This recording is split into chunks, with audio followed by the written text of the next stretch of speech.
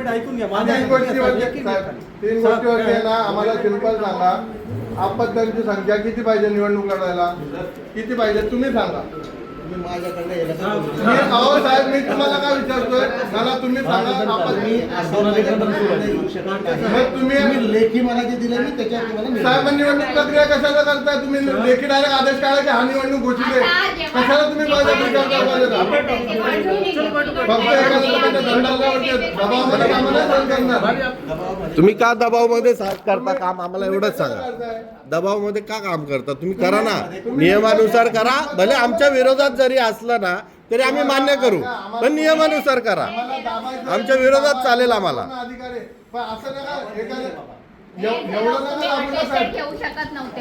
तुम्ही हे नंतर का घेतलं, आज का घेतलं, ते पेपर जॉईंट का केले? तुम्ही ते जॉईंट नव्हते करायला पाहिजे. ते तुम्ही फॉर्म मधून काढले ना साहेब. आमचा प्रश्नच तोय, तुम्ही फॉर्म म्हणून आज का घेतले त्यांच्याकडून? तुम्ही काल घ्यायचे होते ना. काल त्यांना टाइम होता, पूर्ण टाइम होता साहेब. तुम्ही मला सांगा, निवडणूक लढण्यासाठी किती नाही निवडणूक लढण्यासाठी किती आपत्त्या पाहिजे? मी आता त्याच्यावर काही चर्चा तुम्हाला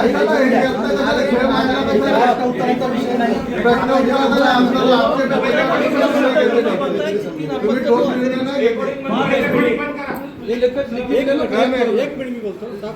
मैंने लिखा है 2001 के पहले के बच्चे, इनके पास सब जो प्रूफ है कि 2005-6 के बच्चे ये लावे, प्रूफ लावे. और मैंने वेरिफिकेशन के लिए पेपर दिया था.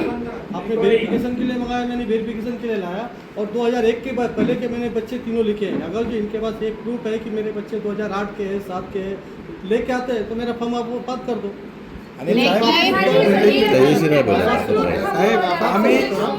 आमचं ऑब्जेक्शनचं नाही, त्यांचे मुलं कधी जन्मलेत आम्हाला येणं त्याचं ऑब्जेक्शनच नाही.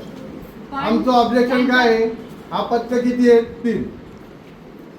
त्या 3 आपत्त्य 2001च्या आधीचा पुरावा तुमच्याकडे आहे का? नाहीये, तर स्पष्ट डायरेक्टली तो अवैध. तुम्ही फॉर्म मध्ये नाही लावला ना त्यांनी. फॉर्म मध्ये नाही लावला. आम्हाला 3 आपत्त्य आहेत 2001 चे. काय प्रॉब्लेम? अवैध आहे, प्रोव्हिजनल कुठे आहेत की अवैध असतील? 2000 ऐका ना, 2001 3 आपत्त्य लढू शकतो का? लढू शकतो ना, का नाही लढू शकतात?